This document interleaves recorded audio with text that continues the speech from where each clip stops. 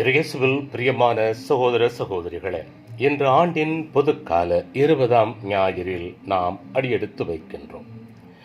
இன்றைய உலகில் நாம் பார்க்கின்ற சில நிகழ்வுகளை பார்க்கலாம். நன்றாக உண்டு கொழுத்து இருக்கின்றவர்களும் இறந்து போகின்றார்கள். இவர்களுக்கு மத்தியில் உண்பதற்கு ஒன்றும் இல்லாமல் பசியால் இறக்கின்ற மக்களையும் நாம் பார்த்து கொண்டுதான் இருக்கின்றோம். உலக ஐக்கிய நாடுகள் சபையானது சில வருடங்களுக்கு ஒரு முறை உணவு பசி பற்றிய அறிக்கையை வெளியிட்டுக் கொண்டிருக்கின்றது. இவ்வாறு அது விட்ட அறிக்கை ஒன்று சில வருடங்களுக்கு முன்பாக வெளியிடப்பட்டது. அதிலே 4 கோடி உலக மக்களில் 150 கோடி பேர் பசியின் விளிம்பில் வாழ்ந்து கொண்டிருக்கின்றார்களாம். 20 கோடி பிள்ளைகள் சரியான உணவு கிடைக்காததால் மனதளவில் பாதிக்கப்பட்டவர்களாகவும் இதன் விளைவாக கண் பார்வை இழந்து கொண்டும் இருக்கின்றார்கள் என்று கூறுகிறது. 1 கோடி பிள்ளைகள் பசியினால் ஏற்படும் நோய்களினால் பாதிக்கப்படுகின்றார்களாம். உலக மக்கள் தொகையில் 1/3 பகுதி தேவைக்கு குறைவான உணவோடும் இன்னும் 1/3 பகுதி பசியோடும் வாழ்ந்து கொண்டு இருக்கின்றார்கள் என்று கூறுகிறது. 40 லட்சம் மக்கள் ஒவ்வொரு வருடமும் பசியால் இறந்து கொண்டிருக்கின்றார்கள் என்று கூறுகின்றது. இதனை நாமும் பார்த்து கொண்டும் கேட்டுக்கொண்டும் தான் இருக்கின்றோம். ஏன் நம்மில் பலர் கூட இந்த நிலையில் வாழ்ந்து கொண்டிருக்கலாம் என்பதுதான் உண்மை. அன்பிற்குரியவர்களே, இன்று இந்த சமுதாயத்திலே வாழுகின்ற நம்மில் பலருக்கு பலவிதமான பசிகள் இருப்பதை நாம் பார்க்கலாம். சில பசிகள் மனிதன் வாழ்வதற்கு தேவையான அத்தியாவசியமான ஒன்று. ஆனால் மனிதருக்கு இருக்கின்ற பல பசிகள் தேவையற்ற பசிகள் என்பதை நாம் உணர வேண்டும், அறிய வேண்டும். உதாரணமாக பணப்பசி என்று கூறலாம், அதிகார பசி என்று கூறலாம், ஆணவ பசி என்று கூறலாம், ஜாதி பசி என்று கூறலாம், இனப்பசி என்று கூறலாம். இப்படியாக பல்வேறு பசிகள் மனிதனை இன்று அலைக்கழித்து கொண்டிருப்பதையும் ஆட்டி படைத்து கொண்டிருப்பதையும் நாம் பார்த்து கொண்டுதான் இருக்கிறோம். இவர்களோடு உண்மையிலேயே உணவு கிடைக்காமல், வருமானம் இல்லாமல், வாழ்க்கை இழந்து பசியில் தவித்து கொண்டிருக்கின்ற மக்களையும் நாம் பார்த்து கொண்டிருக்கின்றோம். இது ஒரு புறம். ஆன்மீக பசி என்ற ஒரு பசி இருக்கிறது. ஆனால் இன்றைய காலகட்டத்தில் சில மனிதர்கள் ஆன்மீக பசி கொண்டு இருக்கின்றார்கள் என்பதும் தான் உண்மை. உலக மக்கள் தொகையில் ஏறக்குறைய 300 கோடி மக்கள் இறை பசி இல்லாமல், ஆன்மீக உணவு இல்லாமல் வாழ்ந்து கொண்டிருக்கிறார்கள் என்றும் சில அறிக்கைகள் கூறுகின்றது. கிறிஸ்தவ நாடுகள் என்று அழைக்கப்படுகின்ற நாடுகளில் உள்ள மக்கள் இன்று கடவுள் நம்பிக்கையற்றவர்களாய், எங்களுக்கு மதம் என்பது இல்லை, we have no religion என்று சொல்லிக்கொண்டு வாழ்ந்து கொண்டிருக்கின்றார்கள். சில நாடுகளில் பல ஆலயங்கள் மூடப்பட்டிருக்கின்றது. சில ஆலயங்கள் வேறு பல காரியங்களுக்காக பயன்படுத்தப்படுகின்றன என்பதுதான் வேதனை தரக்கூடிய செய்திகள். அன்பிற்குரியவர்களே, இளைஞர்கள், இளம் பெண்கள் மத்தியில் இந்த தாகம், இந்த பசியானது குறைந்து கொண்டே போவதை நாம் பார்க்கிறோம். இதன் விளைவாக இந்த உலகம் காட்டுகின்ற பல்வேறு தவறான வழிகளை அவர்கள் சரியான வழிகள் என்று அதன் பின்னால் போய்க் கொண்டிருப்பதை நாம் பார்த்து கொண்டிருக்கின்றோம். இன்று போதைக்கு அடிமையாகி, மதுவுக்கு அடிமையாகி, காமத்திற்கு அடிமையாகி, இதுபோன்று இன்னும் பல தவறான பசிகளுக்கு தங்களை அடிமைப்படுத்தி கொண்டு வாழ்வதை நாம் பார்க்கிறோம். இன்னும் பலர் வேறு மதங்களுக்கும் வேறு சபைகளுக்கும் செல்வதையும் பார்த்து கொண்டுதான் இருக்கின்றோம். இன்று நம்முடைய கத்தோலிக்க ஆலயங்கள் ஏதோ பெரியவர்களுக்கான ஆலயம் என்பது போல சுருங்கி கொண்டு வருவது என்பதுதான் உண்மை. ஒரு சில இடங்களில் மக்கள், இளைஞர்கள் ஆன்ம பசியோடு இருந்தாலும் அதுவும் பரவலாக குறைந்து வருவதையும் நாம் பார்த்து கொண்டுதான் இருக்கின்றோம். இது நமக்கு ஒரு எச்சரிக்கை மணியை அடிக்கின்றது. அன்பிற்குரியவர்களே, மனிதன் உயிர் வாழ தேவையான உணவு உட்கொள்ளவில்லை என்றால் உடல் பாதிப்பு, மரணம் இவைகள் வருவது போல மனிதர்களுக்கு ஆன்மீக உணவு இல்லை என்றால் அவர்களுக்கும் இது போன்ற ஆன்மீக நோய்களும் ஆன்மீக மரணமும் வரும் என்று எச்சரிக்கின்றது. எச்சரிப்பதோடு நின்று விடாமல் ஆன்மீக உணவாம் நற்கருணை விருந்தில் பங்கு பெற்று பயன்பெற வேண்டும், நீங்கள் உயிர் வாழ வேண்டும், நீங்கள் புத்துணர்ச்சி பெற்றவர்களாய் வாழ வேண்டும் என்று அழைப்பு விடுப்பதுதான் இன்றைய வாசகங்கள். இன்றைய முதல் வாசகமானது நீதிமொழிகள் நூலிலிருந்து எடுக்கப்பட்டிருக்கின்றது. பழைய ஏற்பாட்டு காலத்தில் வாழ்ந்த மக்கள் மத்தியில் சொர்க்கமும் நரகமும் நாம் வாழும் உலகத்தில் தான் இருக்கின்றது என்று நினைத்தார்கள். இன்றும் கூட நம் மக்களில் பலர் சொல்வார்கள், சொர்க்கம் இருப்பது உண்மையானால் அது எப்படி இருக்கும் என்று தெரியாது, நாம் வாழுகின்ற வாழ்க்கையை நல்ல விதமாக வாழ்ந்து கொண்டால் அதுதான் சொர்க்கம், நாம் நல்ல விதமாக அமைத்துக் கொள்ளவில்லை என்றால் அதுதான் நரகம் என்று சொல்வதை நாம் கேட்டிருக்கலாம். அதுபோன்ற ஒரு எண்ணம் கூட இருக்கலாம் என்பதற்குரியவர்களே. அது எதிர்காலத்தில் இல்லை என்று அவர்கள் நினைத்தார்கள். பழைய ஏற்பாட்டு காலத்திலே இறைவனின் ஞானத்தை தேடி வாழும்போது, அதாவது யாவே இறைவனின் பிரசன்னத்தை எல்லாவற்றிலும் எல்லோரிலும் காணும்போது கிடைக்கும் நிலையையே சொர்க்கம் என்று அவர்கள் கருதினார்கள். அவர்களுக்கு எதிராக வாழ்வது நரகம் என்று அவர்கள் நினைத்தார்கள். இதனை உணர்ந்து கொண்டு, அதாவது இறைவன் எவ்வாறு செயல்படுகின்றார் என்று உணர்ந்து அதன்படி நாம் வாழ்க்கையை அமைத்து கொண்டால் அது இன்பமான சொர்க்கமான வாழ்வு, இல்லை என்றால் அதுவே துன்பமான நரகமான வாழ்வு என்றும் அவர்கள் நினைத்தார்கள். ஞானத்தை ஒரு பெண்ணாக அல்லது கடவுளின் விருப்பத்தை அல்லது கடவுளின் திட்டத்தை அறிகின்றவராக தேடுகின்றவராக சித்தரிக்கின்றார்கள்.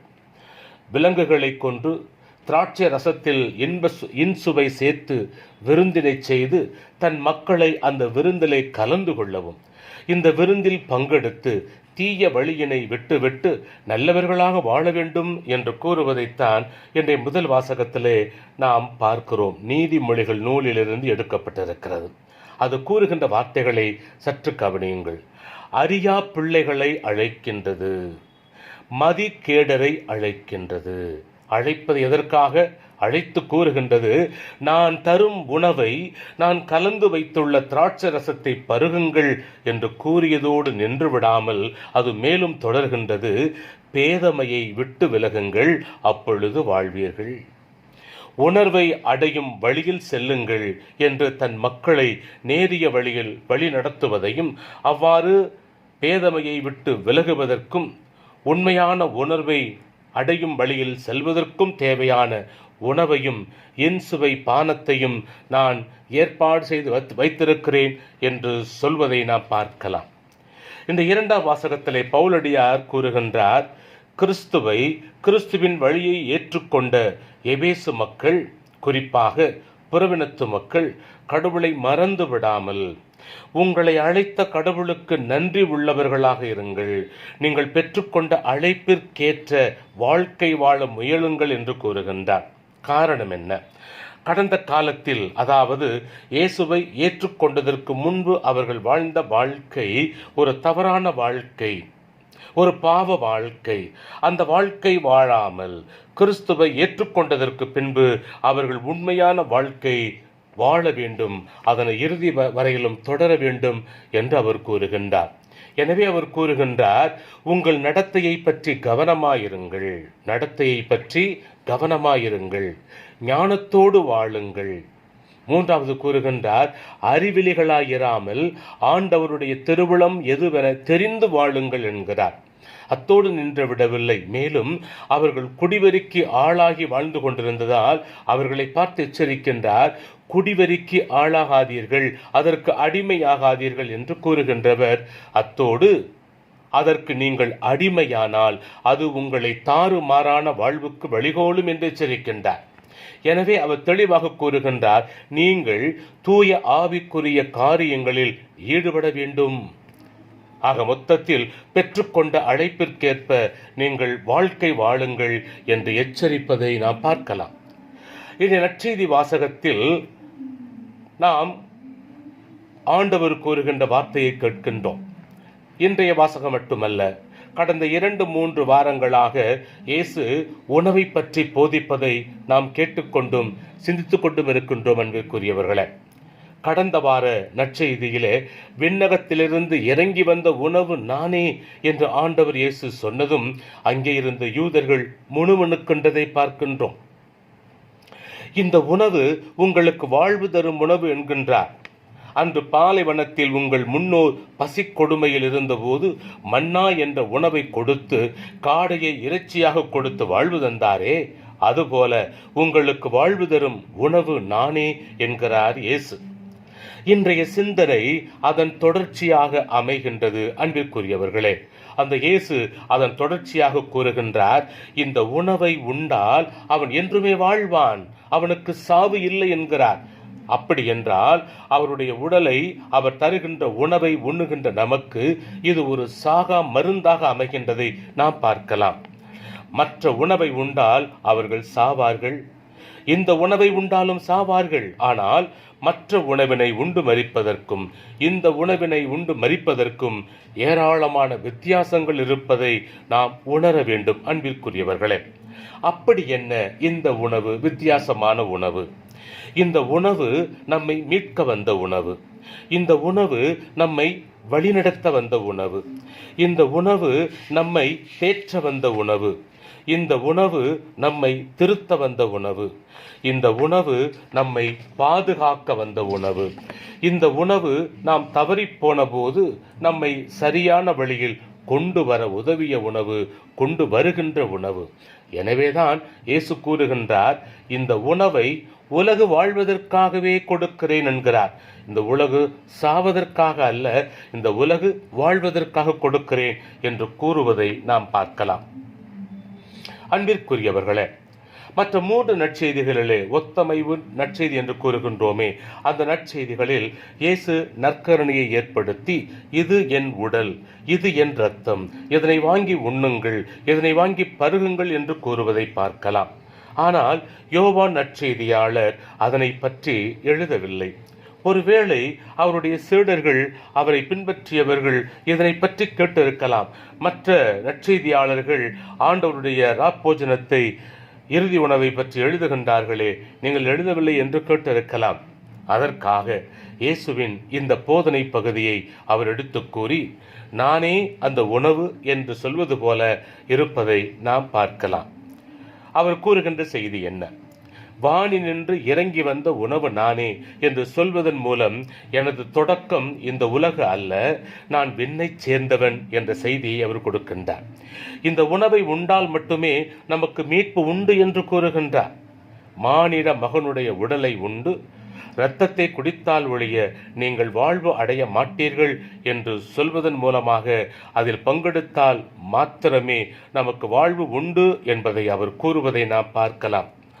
மேலும் இந்த நிகழ்வில் பங்கு பெற்றால், அதாவது அவர் கொடுக்கின்ற அந்த உணவை உண்டால் மாத்திரமே நாம் இயேசுவோடு இணைந்திருக்க முடியும், இயேசுவும் நம்மோடு இணைந்திருப்பார் என்கிறார். அப்படியானால் நாம் இயேசுவோடு இணைந்திருக்க வேண்டுமென்றால் இந்த வாழ்வு தரும் உணவை நாம் உண்ண வேண்டும் என்பதை உணர்ந்து பார்க்க வேண்டும் அன்பிற்குரியவர்களே. ஆக இந்த வாசகங்கள் நமக்கு கொடுக்கின்ற செய்திகள் என்ன? முதலாவதாக, வானினின்று இறங்கி வந்த உணவு நானே என்று இயேசு கூறுகின்றார். இந்த உணவை உண்டால் நாம் வாழ்வு பெறுவோம். இரண்டாவது, இந்த உணவு உலகை சாக வைக்க அல்ல, மாறாக உலகை வாழ வைக்க கொடுக்கப்பட்ட உணவு என்பதை உணர வேண்டும். மூன்றாவது, மற்ற உணவை, இந்த உலகத்தில் இருக்கின்ற எல்லா விதமான உணவையும் உண்டால் அவர்களுக்கு சாவு உண்டு, ஆனால் இயேசு தருகின்ற இந்த உணவினை உண்டால் அவர்களுக்கு வாழ்வு. நான்காவதாக, நாம் நிலை வாழ்வு பெற வேண்டும் என்றால் இந்த உணவினை உண்பதனை தவிர நமக்கு வேறு வழி இல்லை என்பதை உணர வேண்டும். ஐந்தாவது, இந்த உணவை உண்டால் மட்டுமே நாம் இயேசுவோடு இணைந்திருக்க முடியும், அதன் மூலமாக இறை தந்தையோடும் நாம் ஒன்றித்திருக்க முடியும் என்பதை உணர்ந்து பார்க்க வேண்டும். ஆறாவது, இயேசு எவ்வாறு வாழ நாம் தன்னையே நமக்காக கொடுத்தாரோ அதுபோல நம் மத்தியில் வாழுகின்ற பிறருக்காக நாம் நம்மையே பலியாக கொடுக்க முன்வர வேண்டும். இறுதியாக, உலக பசியை போக்க அலையாமல், அது உணவு பசியாக இருக்கலாம், அதிகார பசியாக இருக்கலாம், பணப்பசியாக இருக்கலாம், கௌரவ பசியாக இருக்கலாம், ஜாதி பசியாக இருக்கலாம், இனப்பசியாக இருக்கலாம். இப்படி எந்த விதமான பசிகளாக இருந்தாலும் அத்தனை பசிகளையும் மூட்டை கட்டி வைத்துவிட்டு ஆன்ம பசியை தேடி ஓட வேண்டும். அந்த விண்ணக உணவை தேட வேண்டும். மொத்தத்தில் இறைவன் இல்லாமல் நான் வாழ முடியாது, அவரோடு இணைந்து வாழ்தலே வாழ்வு என்பதனை உணர்ந்து நாம் வாழ வேண்டும், பொது வாழ்வு பெற வேண்டும் என்று அழைப்பு விடுக்கின்றார். எனவே அப்பேற்பட்ட விண்ணக உணவாம் இறைவன் இயேசுவை நாம் தகுதியோடு உண்டு அந்த இயேசு காட்டுகின்ற வழியில் வாழ்ந்து பிறருடைய ஆன்மீக பசியை தீர்க்கின்ற உணவாக நாமும் நம்மையை மாற்றிக்கொள்ள தேவையான வரத்தை இறைவன் நமக்கு தர வேண்டும் என்று சொல்லி இந்த நாளில் நாம் ஜெபிப்போம். குறிப்பாக நம் சமுதாயத்தில் நம் மத்தியில் வாழுகின்ற பசியோடு மடிந்து கொண்டிருக்கின்ற ஏழை எளியவர்களுக்காக, அந்த பிள்ளைகளுக்காக நாம் உருக்கமாக ஜெபிப்போம்.